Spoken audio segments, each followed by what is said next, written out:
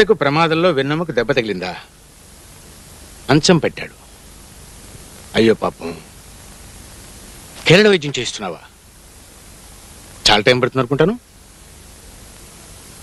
అంటే అతని తండ్రి చెల్లెలు, మీ అమ్మ తమ్ముడు అందరికీ నువ్వే, నీ జీతమే ఆధారం అన్నమాట. నేను ఐఎమ్ వెరీ సారీ ఇంత చిన్న వయసులో ఇలాంటి ఆపద వచ్చినందుకు. But I'm very happy, very very happy.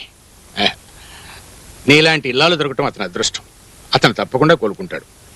Happy ఎందుకంటే ఇలాంటి కుటుంబానికి ఒక ఉద్యోగం ఇచ్చే అవకాశం మా కంపెనీ కలగటం మా అదృష్టం. శుభం.